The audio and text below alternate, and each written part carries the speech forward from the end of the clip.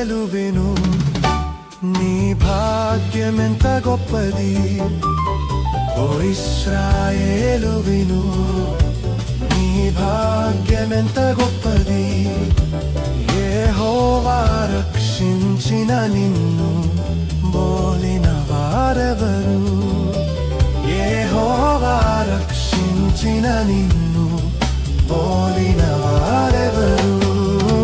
శక్తి చేత కాదనెను, బలముతో నీది కాదనెను.